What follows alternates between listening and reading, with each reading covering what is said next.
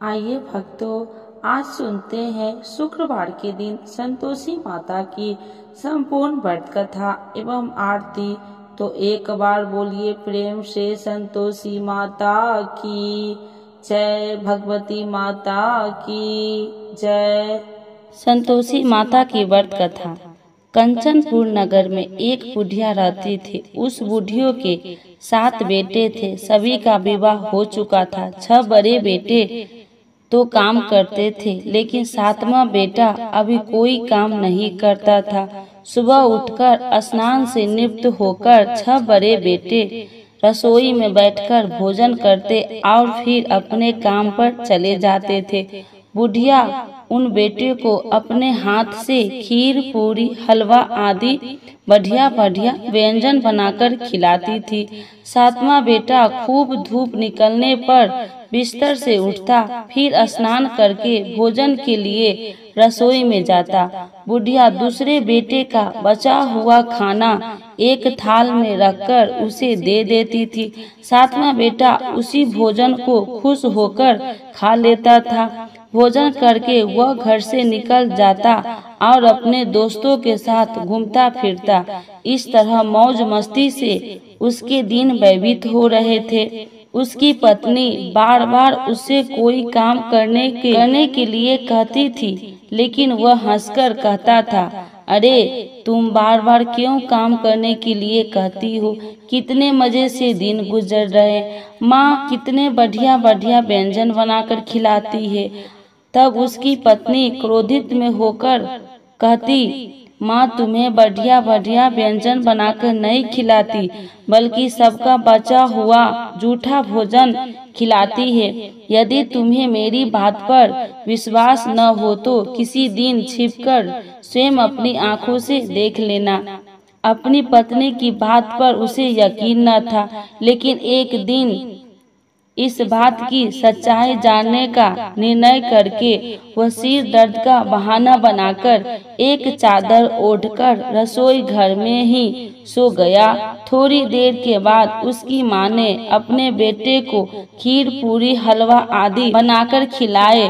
भोजन के बाद उन्हें लड्डू खाने को दिए। भोजन करके वे अपने काम पर चले गए। उनके जाने के बाद बुढ़िया ने उनकी थाली में बचे भोजन को एक थाली में रखा।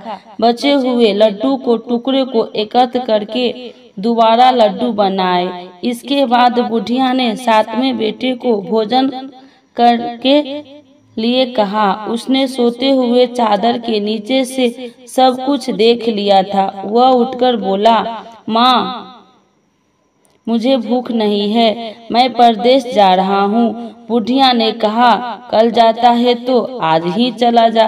बुढ़िया के कठोर वचन सुनकर वह तुरंत परदेश जाने की तैयारी करने लगा। चलने से पहले वह अपनी पत्नी के पास गया। उसकी पत्नी गौशाला में गोबर के कांडे पाथ रही थी। उसने जाकर पत्नी से कहा, हम जाबे परदेश को आवेंगे कुछ काल, तुम रहिए संतोष से धर्म अपना पाल। अपने पति के वचन सुनकर कुछ गंभीर स्वर में पत्नी बोली, 2 निशानी अपनी देखो हूँ मैं धीर, सुधी मती हमरी बिसरइयो, रखियो मन गंभीर। अपनी पति के वचन सुनकर वह बोला, मेरे पास निशानी के लिए बस यह एक अंगूठी है, इसे अपने हाथ में रख लो, लेकिन अब तुम भी अपनी कोई निशानी मुझे दे दो, ताकि परदेश में उस निशानी को देखकर तुम्हें याद कर सकूं। अपने पति की बात सुनकर वह बोली, नाथ मेरे पास निशानी के लिए कुछ भी नहीं है। फिर कुछ सोचकर उसने गोबर के हाथ से उसकी पीठ पर छाप लगा दी। 7वां बेटा अपनी पत्नी की उस निशानी को लेकर परदेश के लिए चल पड़ा। कई दिनों की लंबी यात्रा करके वह एक सुंदर विशाल नगर में पहुंचा। वहां उसने कई दुकानदारों से नौकरी देने के लिए प्रार्थना की, लेकिन सबने उसे परदेशी जानकर उसकी प्रार्थना ठुकरा दी। निराश होकर अंत में वह एक सेठ की दुकान पर पहुंचा। उसने सेठ से भी नौकरी देने की प्रार्थना की। सेठ को एक नौकर की जरूरत थी। उस सेठ ने उसे तुरंत नौकरी पर रख लिया। उस दिन उसकी बहुत बिक्री हुई और वह उस लड़के से बहुत खुश हुआ। कुछ ही दिनों में उसने सेठ का सारा काम संभाल लिया। उसके व्यवसाय में आने वाले ग्राहक बहुत प्रसन्न थे। सेठ का व्यवसाय तेजी से चलने लगा। उसकी मेहनत और ईमानदारी देखकर उसे अपना हिस्सेदार बना लिया। कुछ ही महीनों में उस लड़के ने बहुत सा धन कमा लिया। संयोगवश कुछ समय बाद सेठ को उस नगर को छोड़कर दूर किसी नगर में जाना पड़ा। अतः सेठ अपना हिस्सा लेकर दुकान उस लड़के को देकर चला गया। अब सारे व्यवसाय का मालिक वह लड़का बन गया।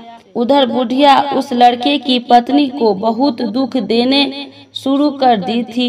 वह हर समय बहू को जली कटी बातें सुनाती रहती थी। वह बेचारी हर समय काम पर लगी रहती थी, लेकिन फिर भी उसकी जेठानी उससे कुछ न कुछ बुरा भला कहती रहती थी। सुबह होते ही बुढ़िया उस लड़के की पत्नी को जंगल में लकड़ियां लाने के लिए भेज देती थी। उसे आटे से निकले चोकर की रोटी खाने को देती थी और नारियल की कटोरी में पानी पीने के लिए देती थी। वह बेचारी चोकर की रोटियां खाकर भी किसी से कुछ नहीं कहती थी। बस इसे अपना भाग्य का लेखा सोचकर चुप रह जाती थी। एक दिन वह जंगल से लकड़ियां काटकर लौट रही थी। उस रास्ते पर संतोषी माता का मंदिर था। उस मंदिर के पास लकड़ियां का गठरा जमीन पर रख वह कुछ देर आराम करने के लिए रुकी। मंदिर में उसने बहुत सी स्त्री को पूजा करते देखा तो उसने पूछा, आप सब किसकी पूजा कर रही है? इस पूजा के करने से क्या पुण्य मिलता है? एक स्त्री ने उसे बताया, हम सब संतोषी माता का व्रत करके उनकी पूजा कर रहे हैं। संतोषी माता की पूजा करने से धन संपत्ति में भंडार भरता है, निडरता दूर होती है, परिवार में सभी सुख शांति से रहते हैं, लड़कियों का शीघ्र विवाह होता है और उन्हें स्वयं वर मिलता है, व्यवसाय में लाभ होता है, निसंतानों के घर में संतान होती है, पति अगर परदेश गया हो तो संतोषी माता की अनुकंपा से शीघ्र घर लौटता है, न्यायालय में कोई मुकदमा चल रहा हो तो उसमें जीत होती है, धन संपत्ति में बढ़ोतरी होती है, पारिवारिक कलेश नष्ट होती है, व्रत करने वाले स्त्री पुरुष को संतोष मिलता है, सभी मनोकामनाएं पूर्ण होती है। स्त्री से संतोषी माता के व्रत के बारे में इतना सुनकर उसने व्रत करने की विधि भी पूछी। तब एक बूढ़ी स्त्री ने उसे बताया, संतोषी माता के व्रत करने के गुड़ और चने का प्रसाद बांटकर स्वयं भी प्रसाद ग्रहण करना, कभी नहीं भूलना। संतोषी माता गुड़ और चने से की गई पूजा से प्रसन्न होती है। संतोषी माता का व्रत शुक्रवार को ही किया जाता है।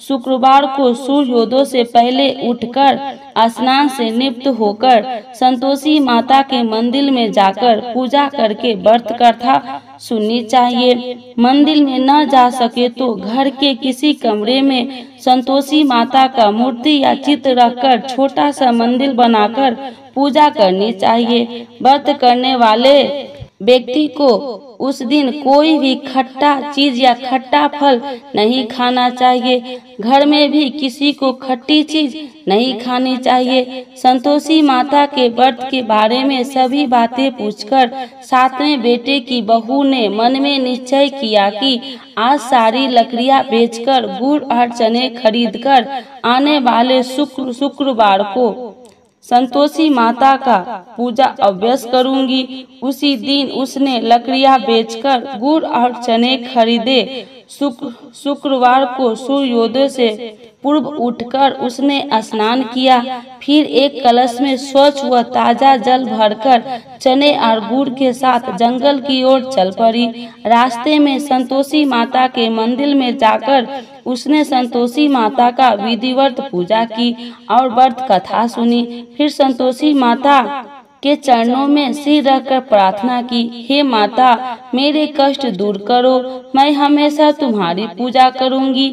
मेरा पति परदेश से सकुशल लौट आए। संतोषी माता का स्मरण करते हुए उसने आसपास वाले को गुड़ और चने का प्रसाद बांटकर थोड़ा सा प्रसाद स्वयं भी ग्रहण किया। इस प्रकार सातवें बेटे की बहू ने हर शुक्रवार को संतोषी माता का विधिवत व्रत करना आरंभ कर दिया। दूसरे शुक्रवार को उसने व्रत किया तो उसके पास पति का पत्र आ गया। तीसरे शुक्रवार को पति का भेजा हुआ रुपया आ गया। इस पर घर के लोग उससे ईर्ष्या करने लगे।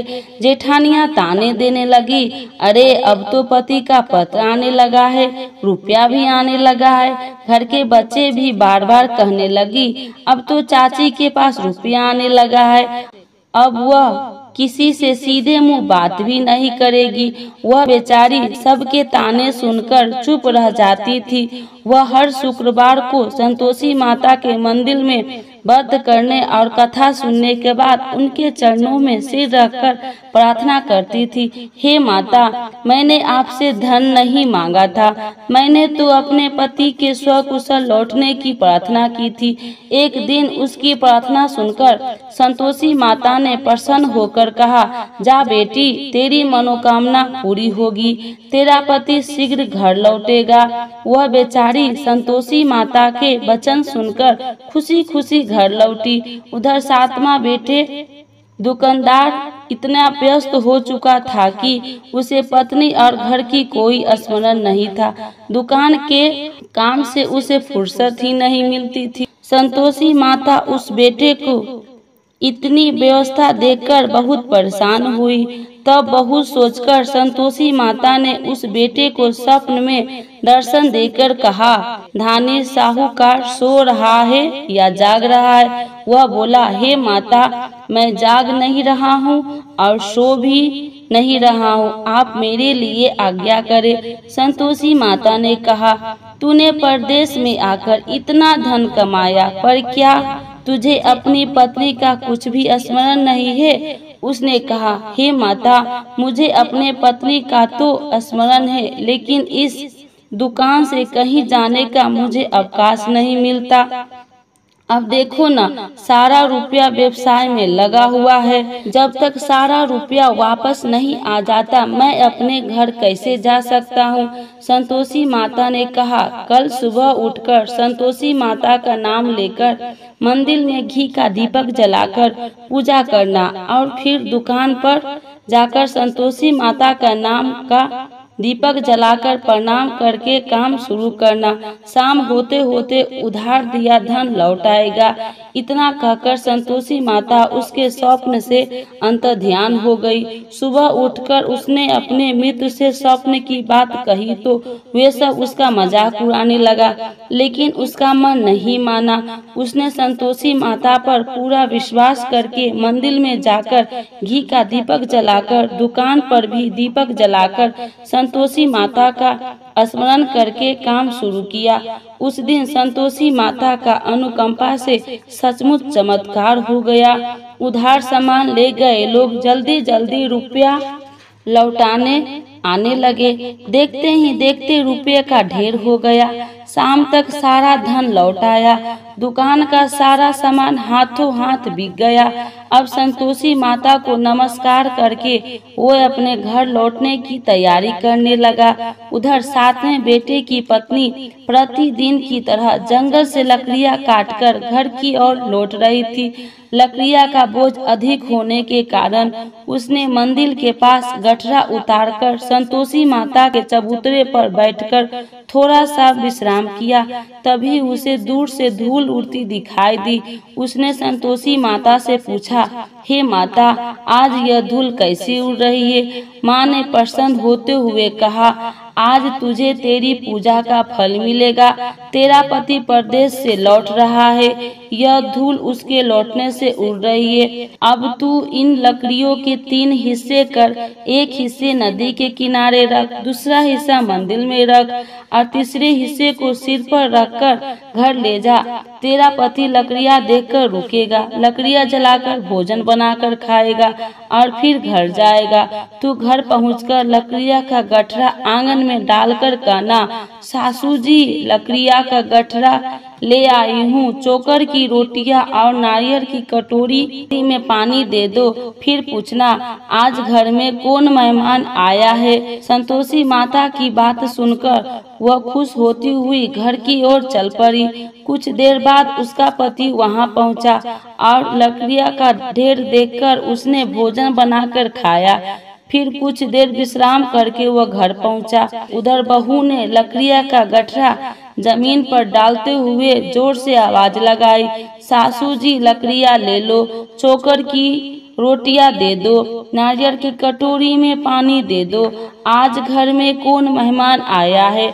यह सुनकर उसकी बुढ़िया सास बोली, बहू ऐसा क्यों कहती हो, तेरा पति ही तो परदेश से आया है। नहा धोकर मीठी खीर खा, नए कपड़े पहनकर पति के पास बैठ। उसके पति ने कमरे की खिड़की से सब कुछ देखा और सुना। उसने कमरे से बाहर आकर भिखारी की तरह खड़ी अपनी पत्नी को देखकर कहा, माँ यह औरत कौन है। माँ ने कहा, बेटे यह तेरी बहू है, जब से तू परदेश गया है तभी से इसने ऐसा हाल बना रखा है और सारा दिन गांव में ऐसे ही जानवरों की तरह घूमती फिरती है और घर का कोई काम नहीं करती है और नारियल की कटोरी में पानी मांग रही है। 7वां बेटा गंभीर होकर बोला, माँ मैंने इसकी सारी बातें स्वयं अपनी कानों से सुनी है। मुझे बराबर वाले दूसरे घर की ताली दे दो, मैं उसी घर में रहूंगा। बुढ़िया माँ ने उस बेटे को दूसरे घर की ताली दे दी। वह अपनी पत्नी के साथ उस घर में आनंद से रहने लगा। उसके पास धन की कोई कमी नहीं थी। घर को महल जैसा सुंदर बना लिया। अगले शुक्रवार को उसकी पत्नी ने कहा, प्राणनाथ मैं संतोषी माता का व्रत करती हूँ। संतोषी माता की अनुकंपा से ही मेरे सब काम पूरे हुए हैं। अब मैं व्रत का उद्यापन करनी चाहती हूँ। पति ने कहा, अभ्यास करो, मैं उद्यापन के लिए सब सामान एकत्र करता हूँ। बहू ने अपनी जेठानी के लड़कों को भोजन के लिए बुलाया।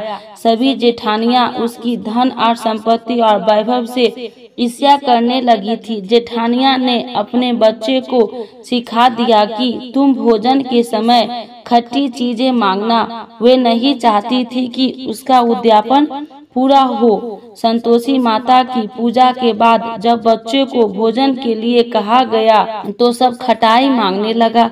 बहू ने कहा, खटाई किसी को नहीं मिलेगा।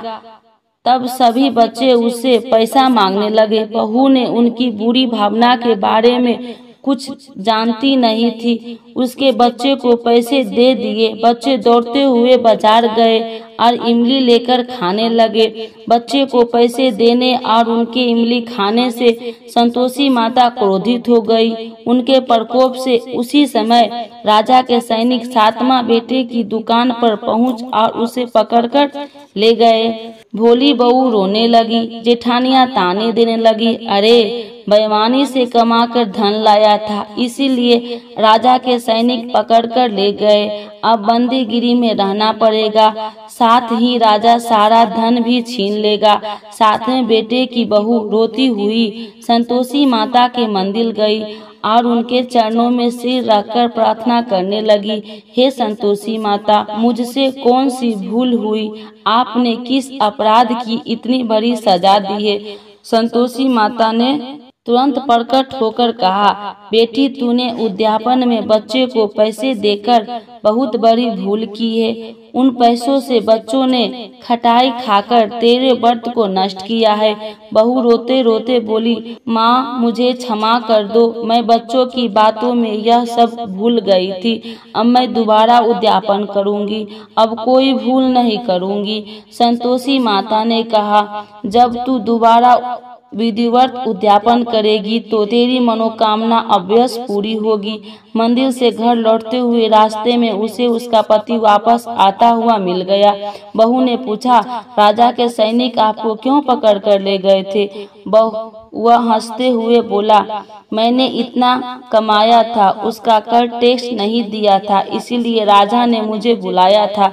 अगले शुक्रवार को उद्यापन के लिए बहू ने लड़के को भोजन के लिए बुलाया। उधर जेठानिया ने पुनः अपने लड़कों को भोजन में खटाई मांगने के लिए सिखा दिया। संतोषी माता की पूजा के बाद गुड़ और चने का प्रसाद बांटकर बहू ने स्वयं भी प्रसाद ग्रहण किया। बच्चों को जब भोजन के लिए बैठाया और खीर पूरी हलवा खाने के लिए कहा तो वे बोले, हमें खीर हलवा अच्छा नहीं लगता है, हमें तो खट्टी चीजें खाने को दो। बहू ने कहा, किसी को खट्टी चीज खाने को नहीं मिलेगी और मैं तुम्हें पैसे भी नहीं दूंगी। खीर पूरी हलवा खाना है तो खाओ।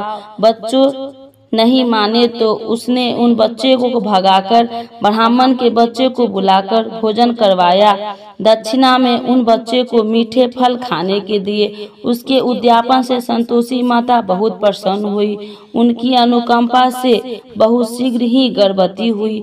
10वें महीने उसने एक सुंदर पुत्र को जन्म दिया। बहू प्रतिदिन उस बेटे को लेकर संतोषी माता के मंदिर में जाने लगी। कुछ ही दिनों के बाद संतोषी माता ने सोचा, मैंने इसे जीवन के सभी सुख दिए हैं, अब इसकी परीक्षा लेकर देखती हूँ। यह सोचकर संतोषी माता एक बुढ़िया का रूप धारण किया और लाठी टेकती हुई बहू के घर पहुंची। बुढ़िया के सारे शरीर पर मक्खियां भिनभिना रही थी। उसे देख सारी मुंह सिकुड़ाने लगते थे। बुढ़िया ने जाकर दरवाजा खटखटाया तो बहू की सास ने दरवाजा खोला और उसे देखते ही जोर से चिल्लाई, अरे लड़कों, इस गंदी बुढ़िया को भगाओ, मुझे तो ये कोई चुड़ैल नजर आती है, इसे भगाओ नहीं तो किसी को खा जाएगी। लड़के उठकर भागे और उन्होंने अपने घर के दरवाजे और खिड़कियां बंद करने लगी। छोटी बहू बराबर वाले घर की खिड़की से उस बुढ़िया को देख रही थी। उसने जल्दी से दरवाजा खोला और बुढ़िया के पांव छूकर अपने घर में ले आई। सास ने उसे रोका तो बहू बोली, आज तो बहुत खुशी का दिन है, मेरी संतोषी माता मेरे घर आई है। छोटी बहू का बेटा दूध पीने के लिए रो रहा था। बहू ने उसे दूध भी नहीं पिलाया और संतोषी माता की सेवा में व्यस्त हो गई। बुढ़िया के सास क्रोध में बहू को बुरा भला कहने लगी। बहू बोली, सासू माँ, आज मेरी संतोषी माता मेरे घर आई है, इनकी व्रत करने से मेरे घर में इतनी खुशियाँ छाई है। इतना सुनते ही उस बुढ़िया के पास दौड़ते हुए आए और उनके पांव छूकर क्षमा मांगते हुए बोले, माँ हमें क्षमा कर दो, हमने आपको पहचानने में बहुत भूल की, हमें आपके व्रत की विधि नहीं जानते हैं। हे माता, अब हम भी आपका व्रत किया करेंगे। उन लोगों की प्रार्थना सुनकर बुढ़िया का रूप धारण किए संतोषी माता प्रसन्न हुई और उन्होंने संतोषी माता के व्रत की विधि भी बताई। बुढ़िया से व्रत की विधि जानकर संतोषी माता के व्रत करने से उनकी सभी मनोकामनाएं भी पूरी हुई। उनके घर में धन की वर्षा होने लगी। बुढ़िया के 7वां बेटा का व्यवसाय खूब तेजी से चलने लगा। धन संपत्ति के भंडार भरने लगा। संतोषी माता का व्रत करने और व्रत कथा सुनकर गुड़ और चने का प्रसाद खाने वाले को सभी मनोकामनाएं संतोषी माता पूरी करती है। व्यवसाय में दिन दोगुनी रात चौगुनी तरक्की होती है। निसंतान स्त्री को पुत्र की प्राप्ति होती है और संतोषी माता का विधिवत करने वाले कुमारी कन्याओं को मनचाहा सुंदर और स्वयंवर मिलता है। बोलो संतोषी माता की जय। संतोषी माता की आरती। जय संतोषी माता मैया, जय संतोषी माता, अपने सेवक जन को सुखी संपत्ति दाता। जय संतोषी माता, सुंदरी चीर सुनहरी माँ धारी कारण किन्हो हीरा पन्ना दम के तन सिंगार लिहो। जय संतोषी माता गेरू लाल छटा छवि बदन कमल सोहे। मंदी हसत करुणामयी तिरुवन जन मोहे। जय संतोषी माता स्वर्ण सिंहासन बैठी चबर ढूंढे प्यारे। धूप दीप मधुमेवा भोगी धरे न्यारे। जय संतोषी माता गुरी अरुचना परम प्रिय ताम संतोष किए। संतोषी कहलाई भक्तन वैभव दियो।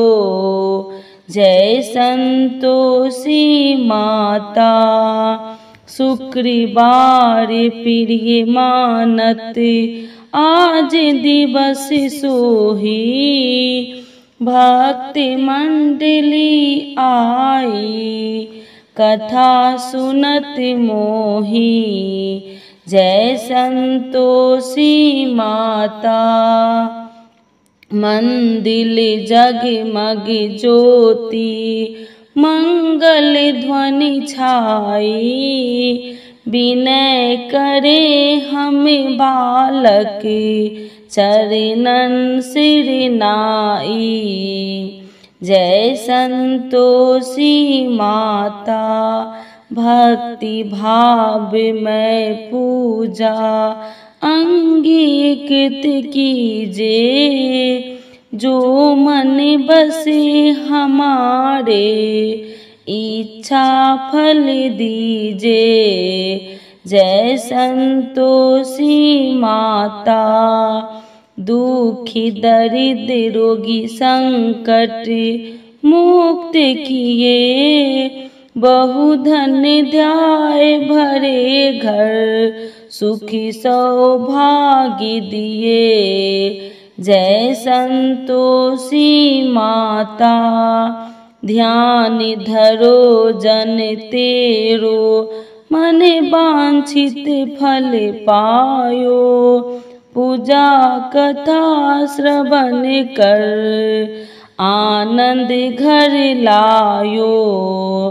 जय संतोषी माता शरण गहे की लज्जा रखियो जगदम्बे।